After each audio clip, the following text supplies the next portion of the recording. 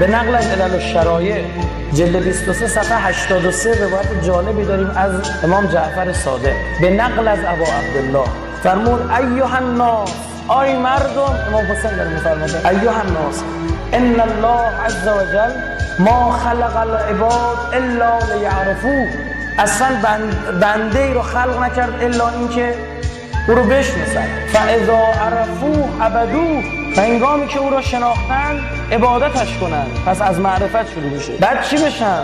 و استغنوا بعبادته عن عباده ما سوا، با این عبادت از تبعیت و عبادت غیر خدا بی‌نیاز بشن. اصلا انسان آفریده شده که بی‌نیاز بشه. فقال له رجل، یه مردی برگشت گفت یا ابن رسول الله به ابی انت و امی، پدر مادرم به فدات، پسر رسول خدا، به هم بگو فما معرفت الله، چطوری خدا رو بشناسم؟ قال الحسین علیه السلام، ابا عبدالله فرمود معرفت اهل کل زمان امامهم، گفت خدا رو نمیتونی بشناسی الا اینکه هر مردم هر زمان چی بشناسن؟ امام زمان خودشون بشناسن. الذی یجب علیهم طاعته، که طاعت اون امام بر اونها واجب شده. یعنی عزیز من اصلا اگر امام زمان نشناسی اصلا بیهوده آفریده شده، هیچ فایده‌ای نداره. این دیگه روایت. دیشب سری نکات عرض کردم، گفتم مثلا هیچ نماز 2 قرون نمیارزه، هیچ چیز نمیارزه از اینجاست. اصلا انگار موقع خدا یک حیوانی آفریده. اون دنیا هم چجوری محشور میشه؟ حیوان. مثل خوک زندگی کرده، مثل خوک محشور. مثل سگ زندگی کرده، مثل سگ محشور میشه. مثل بوزینه زندگی کرده، صبح تا شب کارش مسخره بازی و ادا اطوار در آوردن اینجور چیزا بوده، تمسخر بقیه بوده، طعنه زدن به بقیه. عین همین میمون محشور میشه. این عین حقیقت. اصلا خلقتت به درد نمیخورده اگر امام زمان تو نشناسی. کل مردم هر زمان باید امام زمان خودشون رو بشناسه که واجب است. خب بسم الله، چقدر امام زمان بشناسه؟ همین الان از سوال میشه دیگه، بسم الله.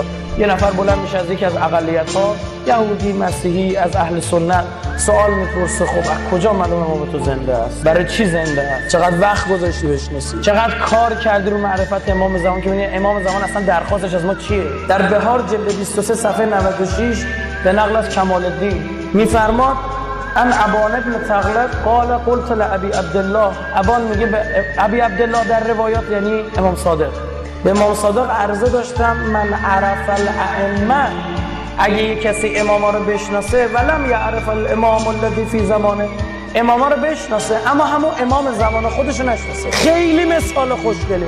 امام حسین بشناسه اما مهدی نشناسه، امیرالمومنین رو بشناسه اما امام زمان خودش رو نشناسه. اما مؤمن و آقا مؤمن او ایمان داره، مؤمن میمیره. قال الله، شناخت امیرالمومنین امام حسن مجتبی، امام حسین بدون شناخت امام زمان 2 قرون بگید نمیارزه. تو دریاب حال 4 امامی ها رو، تو دریاب حال 6 امامی ها رو، تو دریاب حال او اثنا عشری ها رو که سوزنشون گیر کرده فقط یه جا، امام حی حاضرشون نمیشستن. مؤمن نمیمیره. بهت بگم چیزای خوبم اون دنیا مال مؤمنینه، بهتون بگم، نه الزاما برای مسلمین، برای مؤمنین. اون تو گفتم اما مسلم هو، آیا مسلمون هست اصلا؟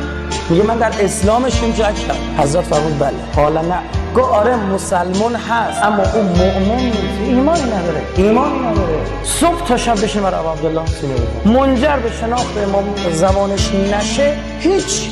بابا مگه 4 امامی ها برای امام حسین سینه میزنن یا نمیزنن؟ تو حرم ابا عبدالله مگه نیستن؟ این بحره‌های 6 امامی که میرید حرم امام حسین از هند میان، خیلی لباسای قشنگم تنشون میکنن، وای میستن کنار حرم تون سینه میزنن، کتابی رو میخونن.